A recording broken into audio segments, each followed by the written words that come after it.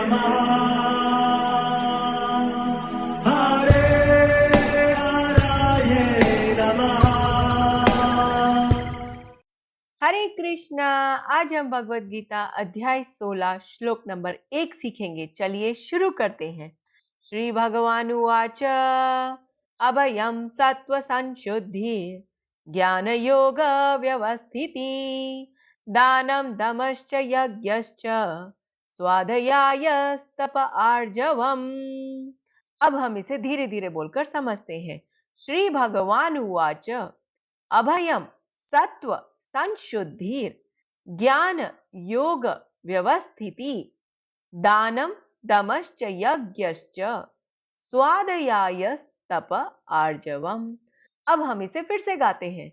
श्री भगवान उवाच अभयम सत्व संशुद्धि ज्ञान योग व्यवस्थिति दानम दमश्च यज्ञश्च स्वाध्यायस्तप आर्जवम्।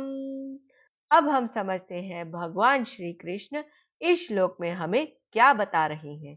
भगवान ने कहा, हे भरत पुत्र, निर्भयता, आत्मशुद्धि, आध्यात्मिक ज्ञान का अनुशीलन, दान, आत्म संयम, यज्ञ परायणता, वेद अध्ययन, तपस्या, सरलता। हरे कृष्णा। चलिए अब हम महाप्रेम प्रभु जी से इन सब गुणों के बारे में और अच्छे से समझते हैं। कृष्णा जी, भगवान श्री कृष्ण देवताओं के दिव्य गुणों का वर्णन करते हैं और इसीलिए कर रहे हैं कि हम ये सारे गुणों को अच्छे से समझें और अपने जीवन में उतारने का प्रयास करें।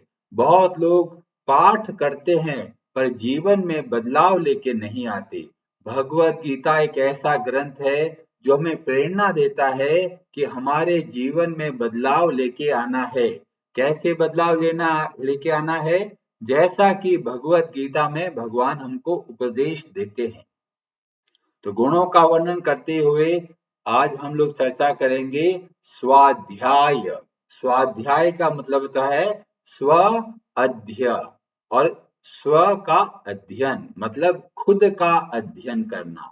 खुद का अध्ययन करने का मतलब है कि शास्त्रों के बताए हुए जो उपदेश है, जो ज्ञान है, उसको समझना है और उसके अनुसार जीवन में परिवर्तन लेके आना है।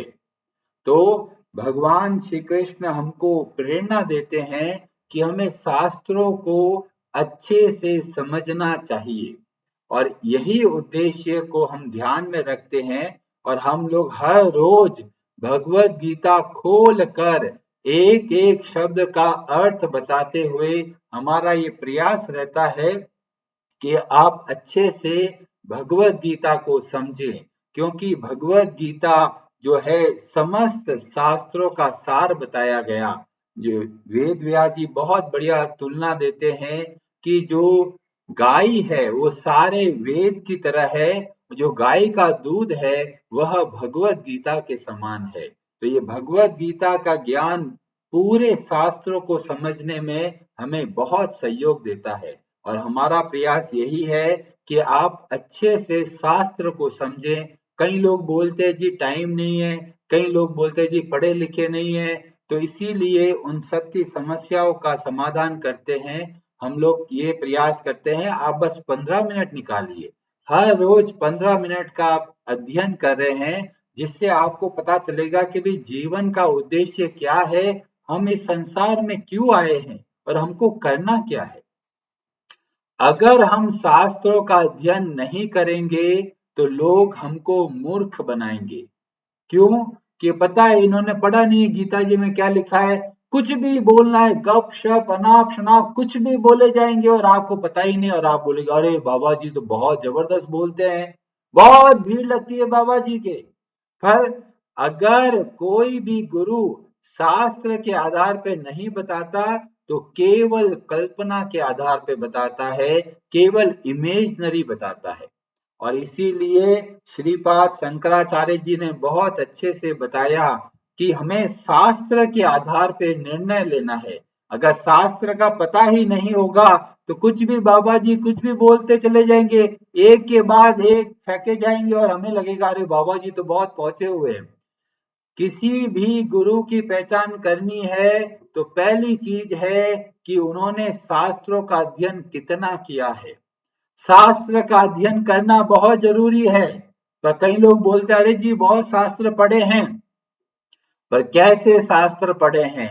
हमारा एक उपनिषद है जिसको बोला गया श्वेताश्वेतर उपनिषद, उसके अध्याय 6 श्लोक नंबर 23 में वर्णन मिलता है शास्त्रों का ज्ञान हमको कैसे मिलेगा, कैसे हम शास्त्र के ज्ञान का अपने जीवन में उतार पाएंगे। और वहां वर्णन मिलता है यस्य देवे परा भक्ति, जब हम भगवान श्री कृष्ण की भक्ति करते हैं, यथा देवे तथा गुरु, और जो गुरु है जो कि हमें भगवान श्री कृष्ण के बारे में बताए, जो गुरु की भी बहुत अच्छे से सेवा करते हैं और भगवान की बहुत अच्छे से भक्ति करते हैं, ये जब दोनों चीजें होती है तब वहां वर्णन मिलता है तस्यैते कथिता य अर्थाः प्रकाशयन्ते महात्मनः। ऐसे लोग वास्तव में महात्मा कहलाते हैं और अर्थ प्रकाशयते, तो जो अर्थ है वेदों का, जो शास्त्रों का जो अर्थ है प्रकाशयन्ते, वो प्रकाशित होता है, हमको समझ में आने लगता है कि शास्त्र कहना क्या चाहते हैं और शास्त्र के अनुसार जीवन में बदलाव लेके आते हैं। तो बहुत सारे ऐसे गुरु मिलेंगे आपको जो खुद भी भ्रमित है और लोगों को भी भ्रमित करते हैं, अपनी मन की कल्पनाओं के बारे में बताते रहेंगे, शक्ति होती है, ऐसा होता है, वैसा होता है, कोई शास्त्र का प्रमाण नहीं। तो ऐसे गुरु को दूर से ही हाथ जोड़ दीजिए, क्योंकि वो खुद को नहीं पता और जो लोग उसको सुनते हैं उनका भी जीवन कभी आगे नहीं बढ़ पाएगा, वो केवल शरीर तक ही सीमित रह जाएगा। कई गुरु बोलेंगे मैं आपको शांति सिखाऊंगा, ऐसा ऐसा करेंगे तो आपको बहुत शांति मिलेगी। शास्त्रों का अध्ययन किया है, शांति का मतलब क्या होता है, शांति मिलती कैसी है। तो भगवान श्री कृष्ण ने शांति का फॉर्मूला बताया था, भोक्ताराम यज्ञ तपसाम सर्वलोक महेश्वरम सुहृद सर्वभूतानां ज्ञात्वा माम शांतिम ऋच्छति। जो ये समझता है कि भगवान श्री कृष्ण हमारे परम हितैषी है, वही वास्तव में शांति को प्राप्त कर सकता है। पर गुरु जी ऐसे हो गए, भगवान को भूल कर सब बातें सिखा देंगे आपको, पर भगवान की भक्ति करना नहीं सिखाएंगे। तो ऐसे गुरु का कोई लाभ नहीं है। और ये कब पता चलेगा, जब हम खुद शास्त्रों का अध्ययन करेंगे।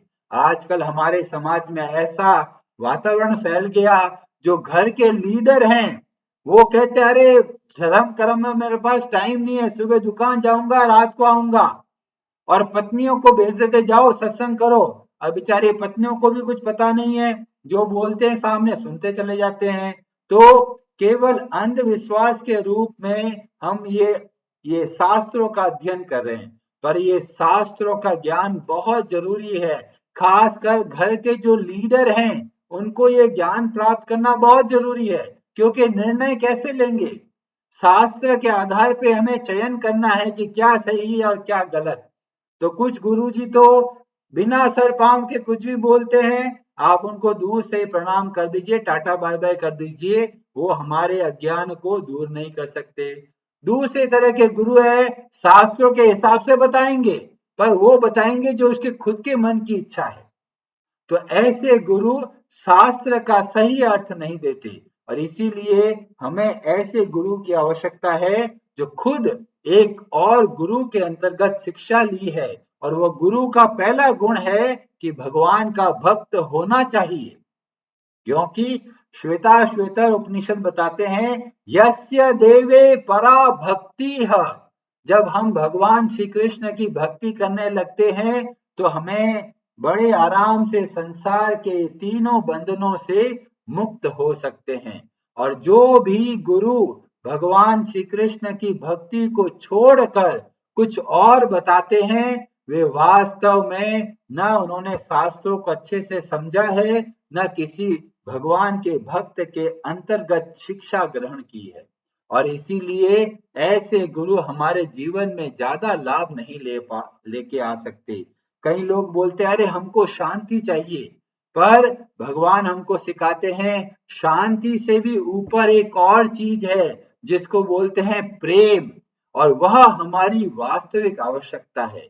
और जब हम भक्ति करते हैं भगवान के भक्तों के अंतर्गत, तब हमें पता चलता है हमारी मूल आवश्यकता प्रेम है।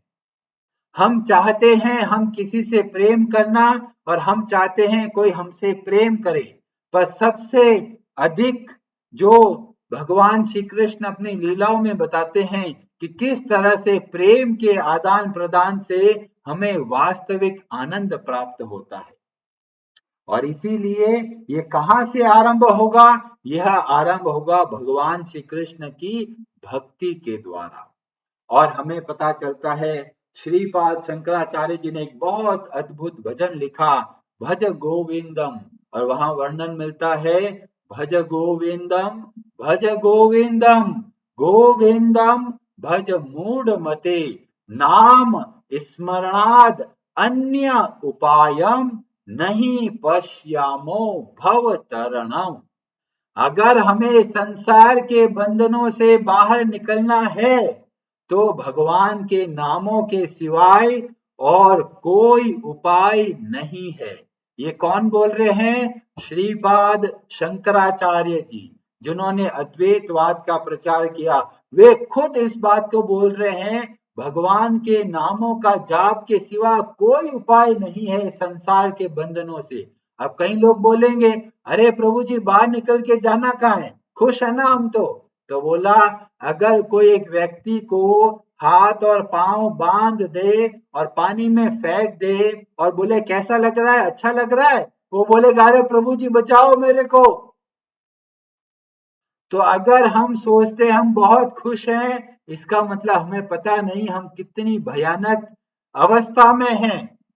और जब हमें भगवान के भक्तों का संग मिलता है तब हमें विवेक बुद्धि उत्पन्न होती है, और विवेक बुद्धि से हमें पता चलता है अरे इतना अमूल्य समय हम ऐसे ही व्यर्थ करते चले गए और न जाने कब हम हर क्षण हमारी मृत्यु हमारे पास में आती जा रही है। और ये सब कैसे पता चलेगा? शास्त्र के आधार पर। इसीलिए भगवान हमको प्रेरणा देते हैं शास्त्रों का अध्ययन कीजिए। जो लोग बोलते हैं जी हम पढ़े लिखे नहीं हैं, तो भगवान के भक्तों से कथा सुनिए और सुनकर अपने जीवन में परिवर्तन लेके आइए। तो इस तरीके से भी आप शास्त्रों को समझ सकते हैं। वाणी के अंदर क्षमता जो है, पावर जो है, वो शास्त्रों का अध्ययन से आती है। भगवान श्री कृष्ण बताते हैं 17वें अध्याय के 15वें श्लोक में वाणी की शक्ति कैसे प्राप्त होती है और वाणी का तप क्या है। वहां बोला गया अनुद्वेग करम वाक्यम सत्यम प्रिय हितम च यत स्वाध्याय अभ्यासनम चैव वाङ्मयम तप उच्यते।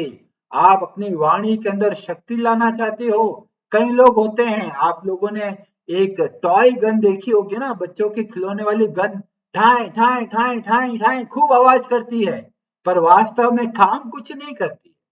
ऐसे ही बहुत लोग बोलेंगे ऐसा करो वैसा करो ये करो वो करो, पर जीवन में परिवर्तन नहीं आएगा। जीवन में परिवर्तन आता है जब कोई व्यक्ति शास्त्रों का खुद भी अध्ययन करता है और उसके अनुसार जीवन को चलाता है। ऐसे लोग अगर हमें बताते हैं तो हमारे जीवन में परिवर्तन अवश्य आएगा, क्योंकि वो नकली गन नहीं है, उनको वास्तव में ऐसी गन है जो बदलाव लेके आती है। तो हमें कैसे होगा? जब हम शास्त्रों का उच्चारण करेंगे, भगवत गीता के जो ज्ञान को उच्चारण भी करेंगे और उसका अभ्यास करेंगे, अपने जीवन में वैसा वैसा करने का प्रयत्न करेंगे, तब हमें ये शास्त्रों का ज्ञान समझ में आने लगेगा। और जब शास्त्रों का ज्ञान समझ में आने लगेगा तो हम बड़े आसानी से पता कर सकते हैं कि कौन व्यक्ति सही बोल रहा है, कौन व्यक्ति गलत रास्ते पे हमको लेके जा रहा है। कई लोग बोलते हैं अरे लोग बोलते हैं भगवान कृष्ण की पूजा करो, सतयुग में कहाँ थे भगवान कृष्ण? देखो वो तो द्वापर युग में आए थे। पर जब हम शास्त्रों का अध्ययन करते हैं तो हमें पता चलता है भगवान श्री कृष्ण सदैव है। और हमें बहुत सारे ये अपने शास्त्रों के अध्ययन से पता चलता है कि भगवान श्री कृष्ण का वर्णन मिलता है सतयुग में भी। और यह वर्णन दो जगह पे हमें देखने को मिलता है। महाराज अम्बरीश की कथा में महाराज अम्बरीश जो सतयुग में हुए और उनके बारे में बताया गया, वो अपने मन कहाँ पर लगाते हैं, वहां वर्णन मिलता है भागवतम के 9वें स्कंद के अध्याय 4 में। श्लोक नंबर 18 में पता चलता है स वै मनः कृष्ण पादारविंद यो, वे अपने मन को भगवान श्री कृष्ण के चरणों में लगाते हैं। ऐसे ही प्रहलाद महाराज भी बोलते हैं, प्रहलाद महाराज भी सतयुग में हुए, वे भी भगवान श्री कृष्ण का स्मरण करते हैं। और वहां पर बताया गया श्री प्रहलाद उवाच मतिर न कृष्णे परतः स्वतो, जो लोग संसार के सुखों के पीछे भागते हैं वे भगवान श्री कृष्ण में अपने मन को नहीं लगा सकते। तो वहां भी हमें देखने को मिलता है और हमें पता चलता है भगवान श्री कृष्ण केवल द्वापर युग की बात नहीं है, सभी कालों में भगवान के भक्तों को पता है कि वास्तव में स्वयं भगवान कौन है। और इसीलिए शास्त्रों को अच्छे से अध्ययन कीजिए और भगवत गीता के अनुसार अपने जीवन में परिवर्तन लेके आइए। हरे कृष्णा जी, आप सबका बहुत बहुत धन्यवाद। हरे हरे नमः।